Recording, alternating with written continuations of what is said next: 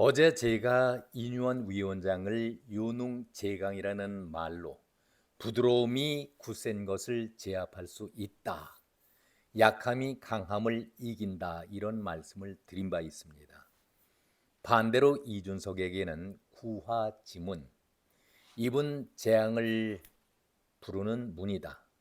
입을 닫고 혀를 깊게 감춘다면은 가는 곳마다 몸이 편안하리라. 그렇지만 이준석의 경우는 너무나도 말을 많이 하고 독소를 쏟아내고 있다라는 말씀도 드린 바 있습니다. 참 우리 말이라는 것이 참 묘하지요. 많이 해서 좋을 것이 없는 것이 말 아니겠습니까? 말을 많이 하다 보면은 반드시 실수가 따르기 마련입니다. 그래서 말 한마디에 천냥빚을 갚는다. 침묵은 금이다라는 그런 좋은 말을 우리가 듣고 있는 것 아니겠습니까? 정말 말이라는 것은 중요하다는 것을 다시 한번 깨닫게 됩니다. 깜나라 조진국 시간입니다. 어제 이런 말씀을 드렸지만은 이준석은 그러한 예견은 아랑곳하지 않고 연일 참지 못하면서 성격이 좀 급한지 모르겠지만은 참지 못하면서 인요한 위원장과 함께 대통령을 거세게 몰아붙이고 있습니다. 이제는 거세게 몰아붙이는 그 자체도 하도 들어서 그런지 어느 정도 무뎌졌습니다. 어제도 말씀을 드렸지만은 이준석은 자기가 생각하는 그대로 말하고 싶은 그대로 거침없이 말을 가리지 않고 내뱉고 있습니다. 물론 시원하겠죠. 그러나 곶감 먹기 좋지 않습니까? 많이 먹으면은 정도를 지나치면은 어떤 결과가 빚어질까요? 어느 정도 수위를 지켜가면서 말도 해야 되겠죠. 시원하다고 해서 마음 놓고 떠들어서 상대를 기분 나쁘게 한다면은 글쎄요. 과연 이러한 모습들이 긍정적으로 보이게 될지 아니면은 반대의 역풍을 맞게 될 것인지 조금 더 지켜보면은 분명하게 알 수 있지 않을까 저는 그런 생각을 가져봅니다. 아니 사전에 약속을 하지 않았다라고 본인이 밝힌 바 있었습니다. 당의 공식 기구인 그래도 혁신위원회의 위원장 아니겠습니까? 자기가 어찌됐든 간에 지금 현재까지도 당 안에 소속된 당원 아니겠습니까? 그런데 당의 혁신위원회 위원장이 자기를 찾아왔는데 면전에서 면전 박대를 할 수가 있겠습니까? 그리고 그런 험한 얘기를 할 수가 있겠습니까? 미스터 린턴을 부른 다음에 당신은 오늘 이 자리에 올 자격을 갖추지 못했다. 이준석이가 환자라 저를 찾아온 것인가? 환자는 서울에 있다. 이런 예의에 어긋난 도발적인 말을 전했습니다. 글쎄요. 말을 하더라도 좀 가려가면서 품위 있게 했을 때에 그 사람이 돋보이는 것인데 조속한 표현입니다. 옳지 않은 표현이죠. 싸가지가 없다라는 얘기를 이럴 때 듣게 됩니다. 건방지다는 소리도 함께 듣게 됩니다. 이 자리에 올 자격을 갖추지 못했다. 올 자격은 누가 누구에게 부여하는 것입니까? 이현주가 펼쳤던 토크 콘서트 자리에 당신도 초대받고 참석한 것 아니었습니까? 당신이 주체가 아니라 당신도 초대받았던 참석한 사람일 뿐인데 한마디로 건방진 얘기 아니겠습니까? 자신감과 교만함은 분명히 다릅니다. 진짜 환자는 서울에 있다. 가서 그와 이야기해라. 이렇게 말을 던졌습니다. 누가 들어도 이 환자라는 사람이 윤석열 대통령이라는 걸 다 알 수 있는 그런 표현 아니겠습니까? 어찌 이 정도로 이 나라가 이런 막말을 쏟아내는 그런 나라가 되었습니까? 인유한 위원장이 물론 의사라고 하지만 통합을 위해서 쓴 약도 준비를 했다라고 그런 말을 한 적이 있었죠. 이 말에 꼬투리를 잡고 환자는 자기가 아니라 환자가 대통령이다. 어떻게 이런 말을 할 수가 있겠습니까? 너무나도 예의도 없고 당돌하지 않습니까? 아니, 당돌함을 넘어서서 무례함을 보이고 있지 않습니까? 정말 건방진 정도를 넘어서서 좀 더 센 건방진 것을 시건방지다고 얘기를 하죠. 한마디로 시건방진 이준석의 모습을 볼 수가 있습니다. 여러분 기억하십니까? 이해찬이가 박원순 조문 때에 레이저 눈빛으로 아주 째려보면서 심경을 묻는 기자에게 이렇게 얘기를 했었습니다. 물론 신문에는 XX 자식 이렇게만 나왔었습니다. 이때의 기자들은 그것이 나쁜 자식이다. 못된 자식이다. 아니다. XX는 후레다. 후레 자식이다. 이런 말로 기사가 올라전 적이 있었죠. 기사에 쓴 것을 제가 봤었습니다. 대통령을 존경까지 하라고는 하지 않겠습니다.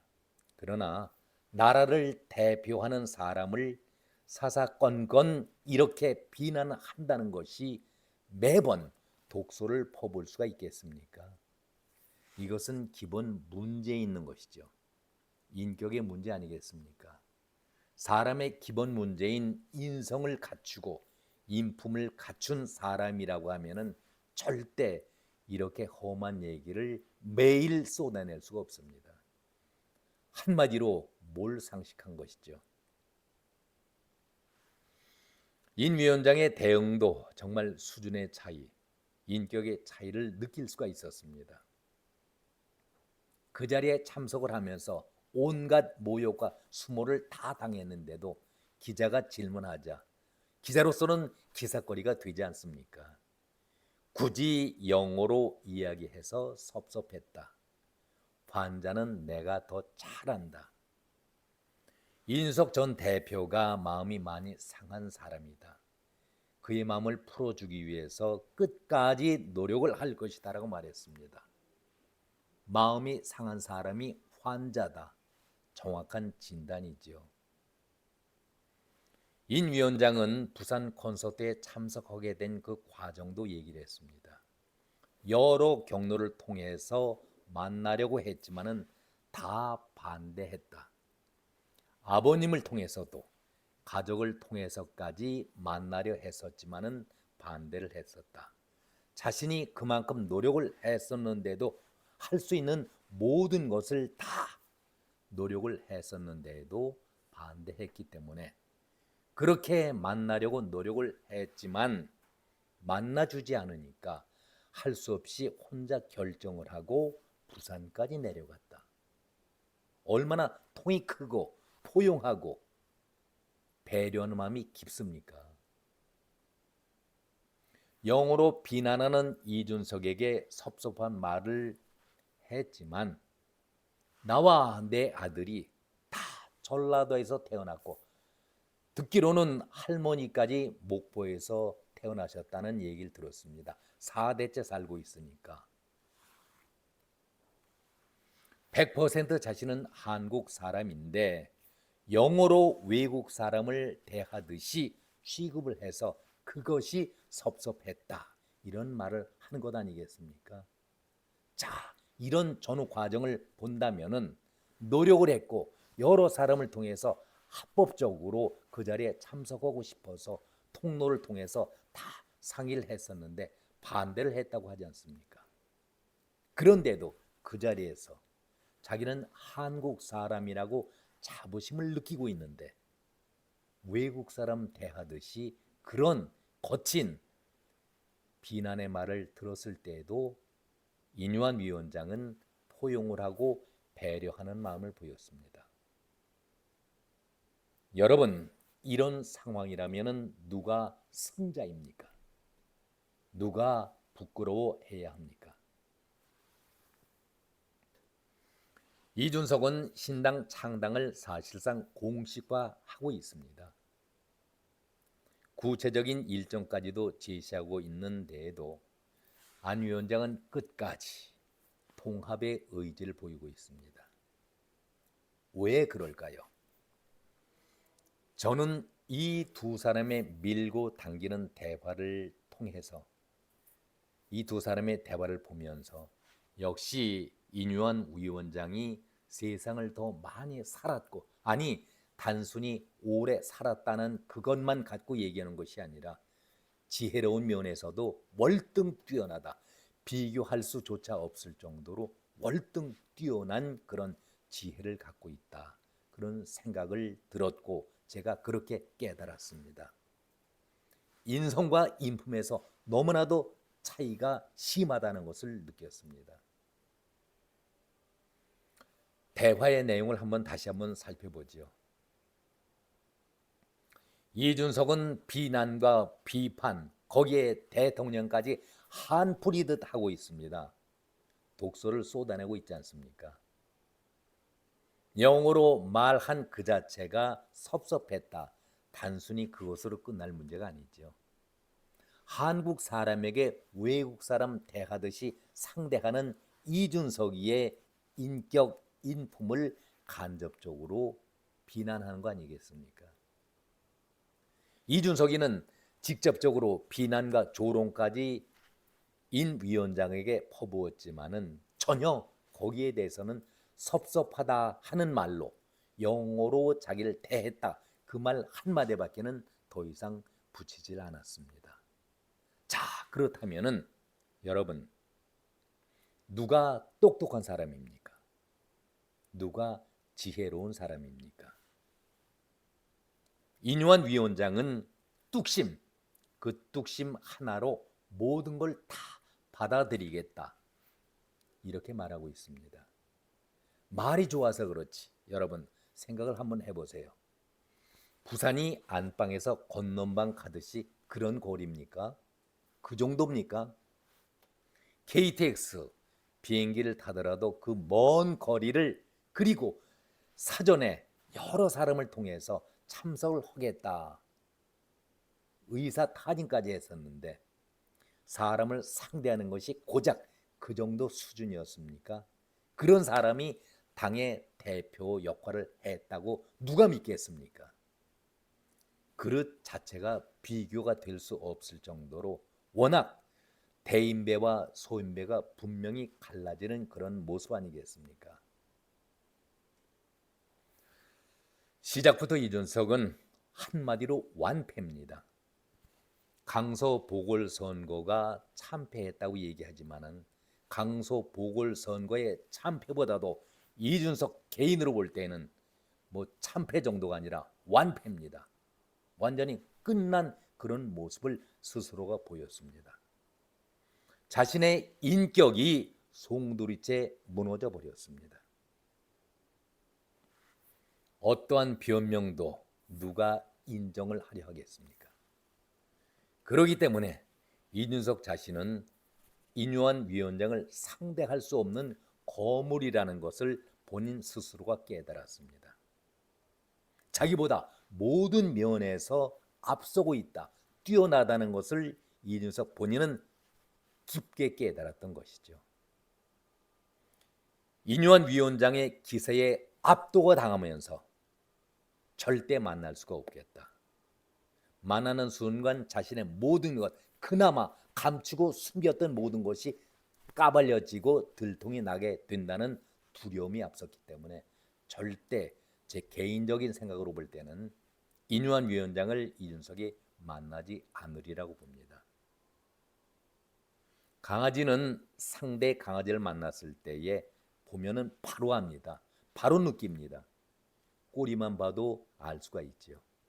그래서 싸움을 하지 않고 약한 자가 계속 지저댑니다. 인 위원장이 끈질기게 대화를 하자 해도 이준석은 절대로 만나지를 않습니다. 자기 자신이 이미 인 위원장에게 모든 것을 다 보여준 것입니다. 그 기세에 압도를 당했기 때문에 자신이 만나서 뭔가 자기 변명을 할 수 있는 여지 공간이 없어진 것입니다. 만나게 된다라면은 그냥 끝장이 날 것이다라는 것을 본인이 알고 있기 때문에 절대 더 짙고 더 독소를 퍼붓게 되어 있습니다. 당의 내부를 한번 살펴보죠. 당내 일부에서는 그저 당 지도부가 나서지 못하고 전전긍긍하고 있는데 인 위원장이 그야말로 동분서주라면서 서울에서 부산까지 대전까지도 내려가고 또 홍준표 시장을 만나기 위해서 대구까지 내려간다고 하지 않습니까? 동분서주하고 있는 것이 그냥 고맙기만 하죠. 이준석과 유승민을 설득시키고 있는 것이 다행스럽고 고마운 것입니다. 만약에 유승민이라든가 이준석이 신당을 꾸릴 경우에 홍준표는 그 세력은 미미할 것이다 라고 얘기를 했지만 국민의 힘으로 볼 때에는 한석이라도 더 필요한 거 아니겠습니까? 대통령의 안정적인 국정 운영을 위해서라도 반드시 과반 의석을 확보해야 되지 않겠습니까? 그래서 인 위원장이 그야말로 죽기 살기식으로 통합을 외치면서 전국을 누비면서 설득하고 포용하고 배려하고 있는 것 아니겠습니까? 노력하고 있는 것 그것 알고 계시지 않습니까? 정치는 육상 단거리 100m 경기가 아니죠. 10초 만에 뚝딱 하고 끝나는 경기가 아닙니다. 멀리 보고 길게 내다보고 더 높게 바라보는 마라톤 경기와 같습니다. 42.19km를 달리는 마라톤과 같은 것이 정치입니다. 급하게 서두를 필요가 없는 것이죠. 이준석이 매일 시원하게 통쾌하다. 어떤 분들은 아주 시원한 사이다를 마시는 것 같이 통쾌하다. 이런 얘기를 할 겁니다. 이준석 본인도 자신이 그렇게 느낄 겁니다. 절대로 나밖에 대통령을 공격할 수 있는 사람이 누가 있느냐. 자만에 빠진 그런 소리를 하고 있죠. 과연 그 말이 계속 이어질 수 있다라고 생각하십니까? 구화지문을 제가 말씀드렸습니다. 입으로 망하는 것이 정치이고 우리는 입 때문에 사라진 정치인들을 너무나도 많이 보아왔습니다. 환자를 외면하고 엉뚱한 사람에게 약을 먹일 생각을 그만해라. 억지 봉합 쇼라고 한다고 18개월간의 실정이 가려지겠나. 정말 이것은 모욕과 수모를 넘긴 독설 중에서도 가장 험한 사용해서는 안 될 말이지요. 자기가 당 대표를 역임했었고 그 당 대표도 스스로 임기를 채우고 물러났었습니까? 불미스러운 일로 인해서 중도 하차를 했지요. 이뇨한 위원장이 징계 취소를 통해서 당원권을 회복시켜 줬습니다. 일말에 겉으로라도 고맙다는 인사 표시하는 것이 사람의 도리 아니겠습니까? 그런데 오히려 자신은 죄가 없다라고 인 위원장과 대통령을 공격하는 그야말로 이해할 수 없는 행동을 계속 보이고 있지 않습니까? 조금 더 우리가 한번 지켜보죠. 저는 이런 얘기를 할 때 독소를 퍼부을 때에 자, 이준석이가 민주당 사람인가? 아니 자당을 향해서 비난과 비수를 저렇게 꽂을 수가 있을까? 원래 이준석이 자라온 과정이 어떠했을까? 별별 생각이 다 들었었습니다. 지금 정치계는 합종 연획으로 바빠지고 있습니다. 이준석은 또 이런 얘기도 했었죠. 혁신의 대상이 서울에 있다. 그때 부산 내려가서 이제 토크 콘서트 때에 바로 앞자리에 앉았던 자기 말로 미스터 린든 이뇨한 위원장을 향해서 한 말입니다. 혁신의 대상이 서울에 있다. 이 당연한 말을 인정하지 못하고 아무리 다른 말을 해도 승리는 요원하고 시간만 흘러간다. 이 말이 저는 이 말을 듣는 순간 얼마나 무서운 저주의 말일까 그런 생각을 가져봤습니다. 물론 합종연횡반에서 말씀도 드리겠지만은 이준석은 막다른 골목에 몰려있는 퇴로가 보이지 않아도 자신을 지키기 위해서, 자신을 방어하기 위해서 거듭되는 그러한 독소를 계속 이어갈 것입니다. 그리고 이뇨한 위원장의 그 예봉을 무시하면서 넘어가리라고 생각합니다. 저는 앞서도 말씀드렸지만은 이준석이가 신당을 창당하는 것은 확정적이다라고 생각을 합니다.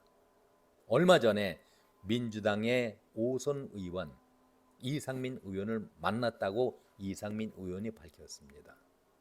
그리고 자신의 멘토인 김종인 전 비대위원장과도 만나서 상의하고 자기가 어려울 때에 조언을 듣는다라고 말하지 않았었습니까? 30분간 단독 면담을 가졌다는 얘기도 다 보도가 됐습니다. 김종인 위원장이 금태섭 전 의원과 자주 만난다는 얘기, 아무래도 총선을 앞두고서는 합종연횡은 자연스러운데 과연 이번에도 이준석이가 구상하는 것이 단독 신당이냐 아니면은 남과에 더불어서 합종연횡을 구사하면서 또 신당을 만들 것인지 그것은 시간이 지나면은 서서히 밝혀지겠죠. 한마디 재미난 그 기사거리가 나왔었습니다. 이뇨한 위원장은 어떤 경우라도 신당을 창당하는 그날까지 이준석을 만나고 설득할 것이다. 품에 안고 싶다라는 얘기를 했었는데 지금 국민의힘의 혁신위원회 임기가 10월 27일부터 시작해서 다음 달 12월 27일까지 2달간의 기간이 있습니다. 12월 27일. 그런데 이준석이 그런 때 그런 얘기를 했었죠. 신당을 하게 되면은 특별한 날을 정해서 할 것이다. 그런 얘기를 기자회견을 통해서 한 적이 있었습니다. 그날이 기자들이 이제 하나 둘씩 꺼내놓는 것이 2011년도 12월 27일 정체 입문한 날이 발을 들여놓은 날이 그날이었다. 12월 27일 박근혜 한나라당 그 비대위원장을 통해서 정치에 발을 들여놓은 날이 2011년 12월 27일. 글쎄요, 우연의 일치겠습니까? 끝까지 포용하겠다는 이뇨한 위원장, 뛰쳐나가겠다는 이준석. 12월 27일 얼마 남지 않았습니다. 지켜보죠. 오늘은 여기까지입니다.